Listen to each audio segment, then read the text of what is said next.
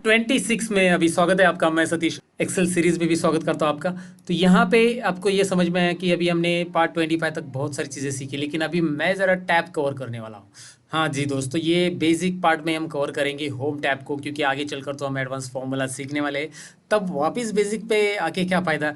तो इसीलिए home tab के अंदर शायद कुछ चीज़ें आपको पता नहीं रहेगी, तो इसके बारे में एक एक पार्ट को मैं यहाँ पे एक्सप्लेन करूँगा। 26 में अभी होम टैब शुरू करते हैं। सबसे पहले तो जनरली सबको पता रहता है कि यहाँ से अगर मैं डेटा कॉपी करूँ या कॉपी कमांड पे क्लिक करूँ, यहाँ पे दिखाई दे रहा है आपको कॉपी, और मैं यहाँ पे कर्सर रख के यहाँ पे इसे पेस्ट करूँ, यानी एंटर बटन प्रेस करूँ।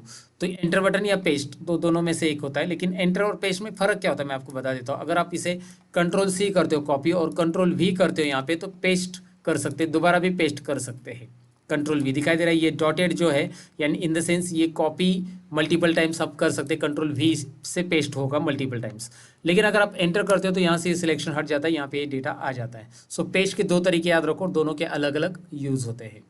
वैसे पेस्ट खाली उतना ही नहीं है, पेस्ट से रिलेटेड एक स्पेशल का है जो आगे के पार्ट में हम कवर करेंगे, स्पेशल से रिलेटेड।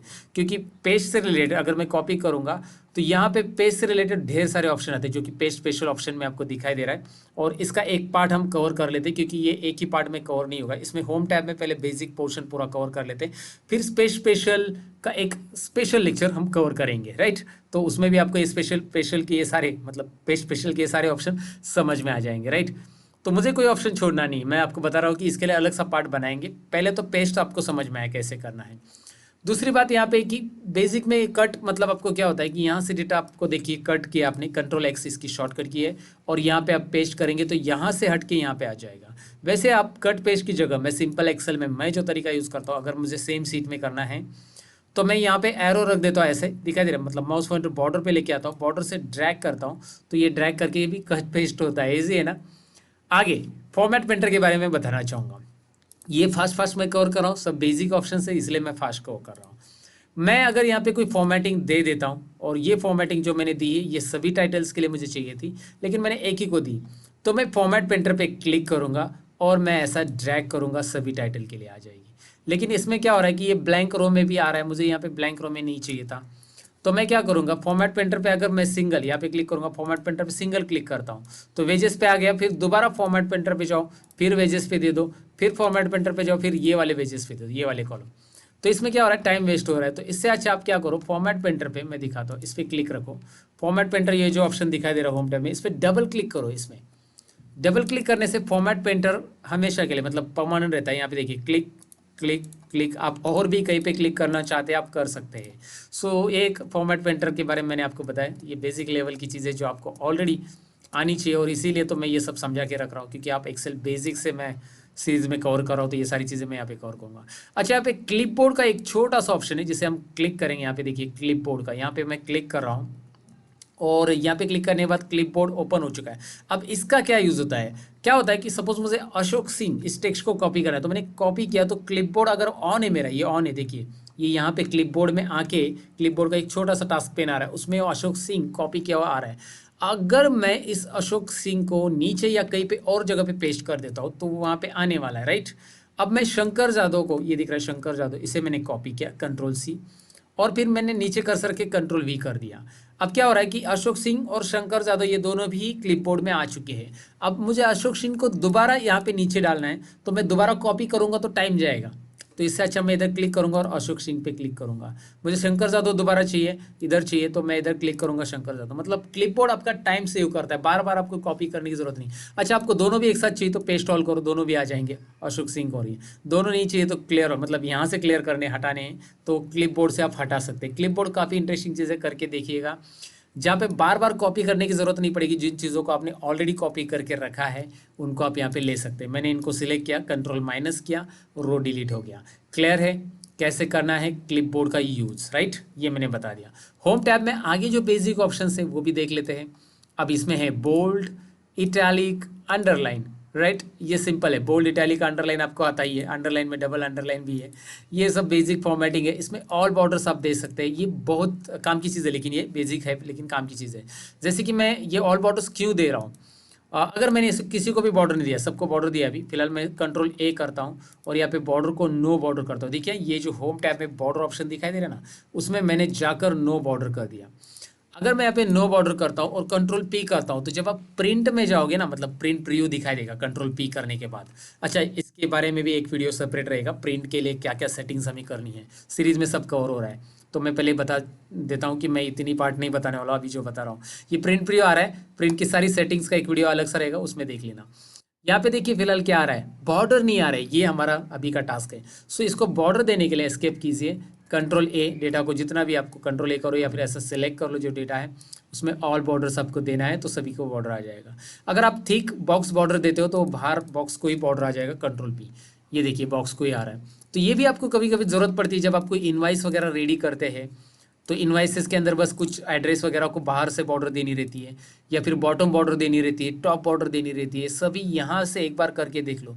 यहाँ पे लाइन का बॉर्डर का कलर भी चेंज करने के लिए आपको अलाउ करता है। बेसिकली हम ब्लैक ही रखते हैं, लेकिन आपको बहुत सारे कलर्स है, इरेज करने के लिए बॉर्डर को इरेज करना है, ड्रॉ करना है अपने कस्टमाइज, नहीं करना है बॉर्डर तो नो बॉर्डर, ऑल करना है तो ऑल बॉर्डर, ये याद रखिएगा बस।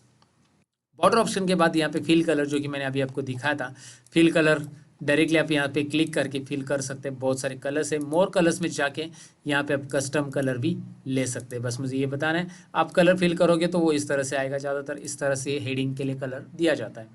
टेक्स्ट का कलर आप यहाँ से बदल सकते हैं, यहाँ से फॉन्ट की साइज़ कम ज़्यादा कर सकते हैं। इन चीज़ों को मैं टाइम नहीं लगा रहा हूँ। फॉन्ट फेस यहाँ से बदल सकते हैं, आप अलग अलग फॉन्ट में ले सकते हैं। अगर आपके पास हिंदी वगैरह कोई फॉन्ट है तो वो भी आप यहाँ से ले सकते हैं और उसमें टाइप कर सकते हैं फॉन्ट बदलने के लिए।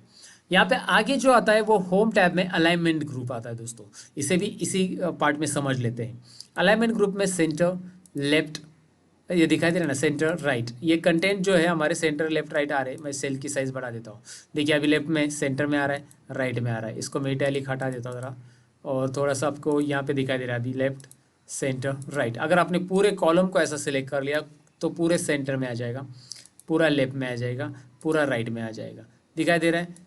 इस तरह से आप कंटेंट को रख सकते हैं। ज़्यादातर नंबर जो होते हैं राइट साइड में रहते हैं एक्सेल में फॉर्मेट में, लेकिन आपके ऊपर है, आपको अगर फॉर्मेटिंग अलग सा देनी है तो आप ये अलाइनमेंट कर सकते हैं। वैसे अगर आपने रो की हाइट बढ़ा दी, यहाँ पे मैंने हाइट बढ़ा दी है, देखिए हाइट बढ़ाना मतलब क्या करना, रो को यहाँ से ड्रैग करना। ये देखिए ये ऑप्शन जो है ना, यहाँ से रो को नीचे खींचना, हाइट बढ़ सकती है, राइट।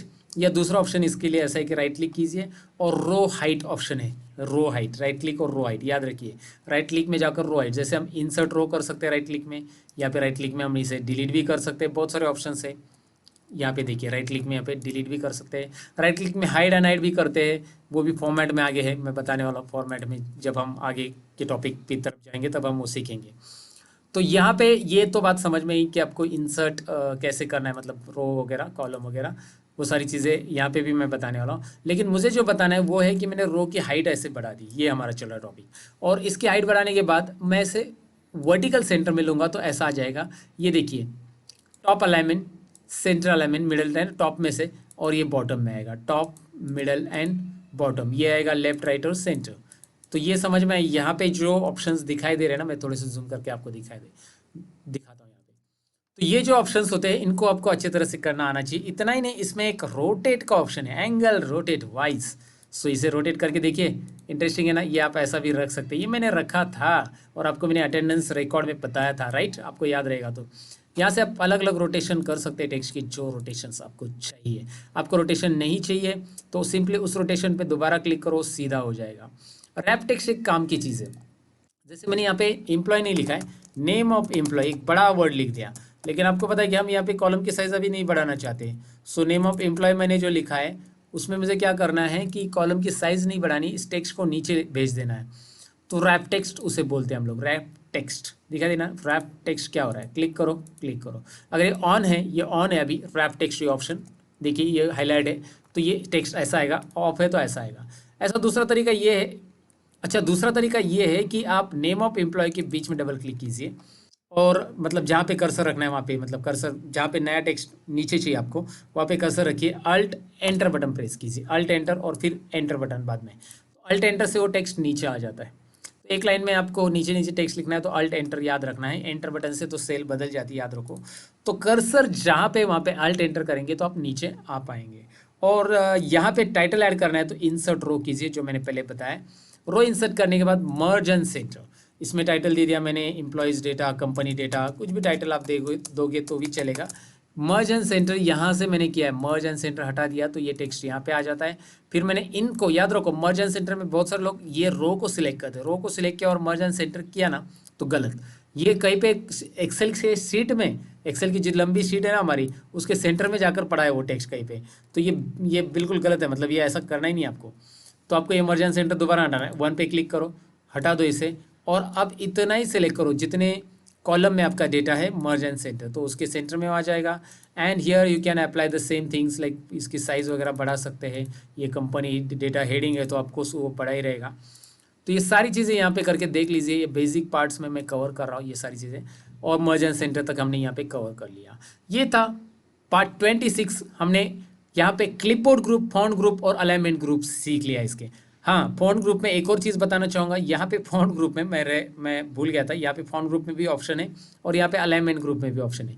फॉन्ट ग्रुप में वही ऑप्शन यहाँ पे आपको मिल जाते हैं जो आपने अभी किए थे, जैसे कि अलाइनमेंट वगैरह सारे ऑप्शन यहाँ पे मिलेंगे, बोल्ड वगैरह सारा, रेगुलर, सेंटर, साइज, सारी चीज़ें यहाँ पे मिलेगी। और साथ ही में यहाँ पे आपको अलाइनमेंट ग्रुप भी मिलेगा, जो कि अलाइनमेंट यहाँ पे सेंटर में रखना है, टॉप में रखना है, टेक्स्ट को कैसे रोटेट करना है, यहाँ पे ये ऑप्शन भी मिलेगा, 45 डिग्री में रोटेट करना है, या फिर आप रोटेशन का यहाँ पे पॉइंट्स भी चेंज करके रख सकते हैं, आपके ऊपर है रोटेशन वगैरह सारी चीज़ें यहाँ पे मिलेगी। एक बार ज़रूर करके देख लीजिएगा इसमें। ओके, यहाँ पे इस तरह से करना है। हाँ, एक और चीज़ रह गई, यहाँ पे छोटे से ऑप्शन है, ये मैं भूल गया बताना, यहाँ पे इंडेंट, क्या है यहाँ पे इंडेंट, और ये भी ज़रूरी होता है। ये क्यों और कभी यूज़ होता है, मैं इस टाइटल को डिलीट कर देता हूँ फिलहाल, कंट्रोल माइनस, टाइटल की ज़रूरत नहीं है। देखिए ध्यान से, मैंने इसे सिलेक्ट किया है और यहाँ पे ये बहुत टच होके आ रहा है, ऐसा लग रहा है कि ये लेफ्ट रो के जो लेफ्ट साइड में टच हो रहा है, तो मैं इसे इंक्रीज इंडेंट करूँगा। देखिए यहाँ पे एक इंक्रीज इंडेंट ऑप्शन है, increase indent, increase indent, decrease indent, decrease indent, ये ऑप्शन आपको इसमें भी मिलेगा। ये जो छोटा कॉर्नर है उस पर क्लिक कीजिए और यहाँ पे इंडेंट बढ़ा दीजिए, 2 इंडेंट, लेफ्ट इंडेंट से 2, तो 2 से वो अंदर आ जाएगा। अगर आप टेक्स्ट थोड़ा सा आगे रखना चाहते हैं या फिर ज़्यादा आगे आ गया, पीछे ले लो, एक इंडेंट से पीछे ले लो, और ज़्यादा आगे लेना है तो आगे ले लो। सो आपके ऊपर है इंक्रीज इंडेंट और डिक्रीज इंडेंट। सो पार्ट 26 में बेसिक ऑप्शंस तो मैंने यहाँ पे कुछ कवर कर लिए हैं, जो कि क्लिपबोर्ड, फॉन्ट और अलाइनमेंट ग्रुप के हैं। ज़रूर इसकी प्रैक्टिस कीजिएगा पार्ट 26 की। अब मिलते हैं पार्ट 27 में। मैं सतीश लेता हूँ अलविदा। Thank you very much for watching. Bye bye guys.